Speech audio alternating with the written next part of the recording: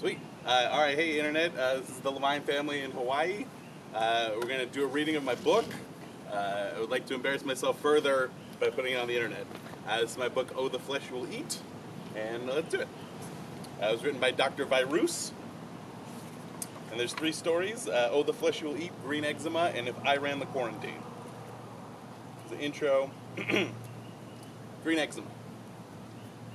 That Dr. Gill, I've had my fill of Doctors Will and Bill and Jill. They brought me here to recommend removal of my greenish friend.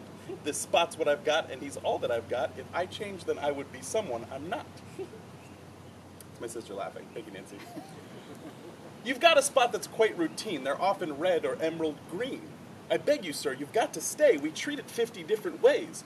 Would you rub it with a cream, dry it out, or try some steam? Would you like needles in your skin, more or less of oxygen? Would you soak it in a bath, let us graft it with a graft?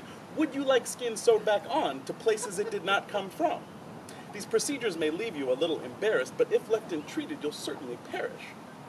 I won't put needles in my skin. That skin's the skin that I am in. I would not treat it with a cream. They're full of chemicals and things. I do not really... Yes, that's a bad rhyme. Thank you, Nancy.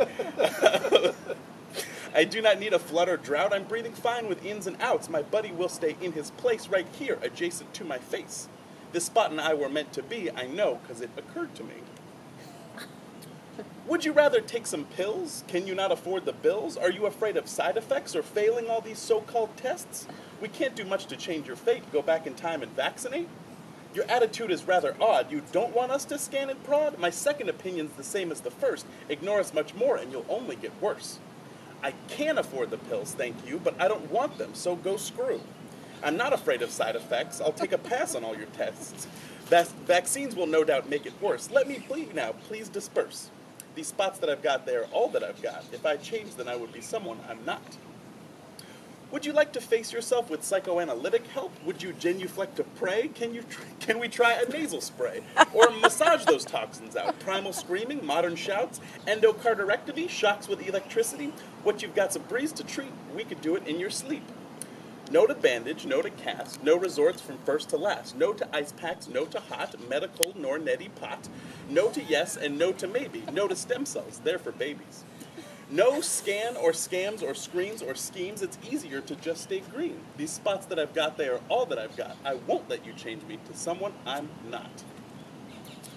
We still do not think that this is for the best, but maybe just once we'll do what you suggest. Our oath is to meddle, intrude, interfere, but we'll try something new just by leaving you here. A bold new procedure with no sorts of features. We'll try it for measles and lupus and fevers. Your body is yours. We're just getting that now. It took a real hero to show us just how. Your spots have got you more than you've got your spots. We won't try to change you to someone you're not. And on top of that hill, to this very day, you'll find a bronze statue, golden inlaid, and all of the doctors, every last one, remember the guy who had stuck to his guns. You'll uncover a quote if you brush off the dust. He died with his spots on. Wow, he sure showed us. Yay! Hysterical! Thank you. Bravo! Our next story is a two-page affair, so real quick. If I ran the quarantine. If I ran the quarantine, here's where I'd start. I'd capture the strongest, the fastest, most smart. I'd find all those sickos who run marathons, cut them off at the pass so they won't run for long. I'd make sure they're healthy, give them all their shots, then lock them up tight in an inside-out box. If outsides are insides and inside-out space, my quarantine would be all over the place. It'd be a big party, a mixer of sorts, with everyone dancing right out of their shorts. A petri dish is like a big party platter. If everyone's sick, then it just doesn't matter. The quarantine people will quickly get bored when they see us have fun with the friends they ignored. I'll bust open that box when they all ask me to. If I ran the quarantine, that's what I'd do. Woo!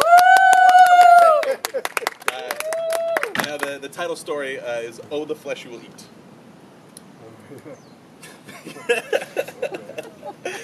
Congratulations! Today is your day. You've infected your host. You're off and away. The rarest of cases. You're one of a kind. You're hungry, infectious, and you've got a mind to chomp down the whole world, leaving only the rind. There's so much to explore, so much to digest. Flagellum flip-flapping. There's no time for rest, so just throw out some spores and give it your best.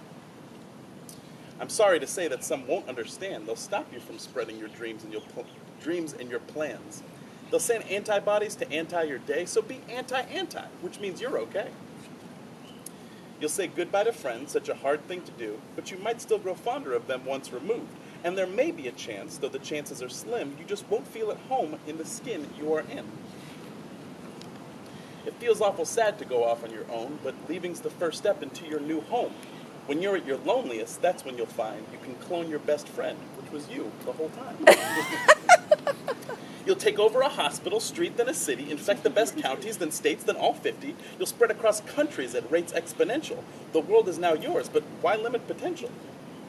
So flap your flagellum, take intensive care, and gulp a whole galaxy down, if you dare.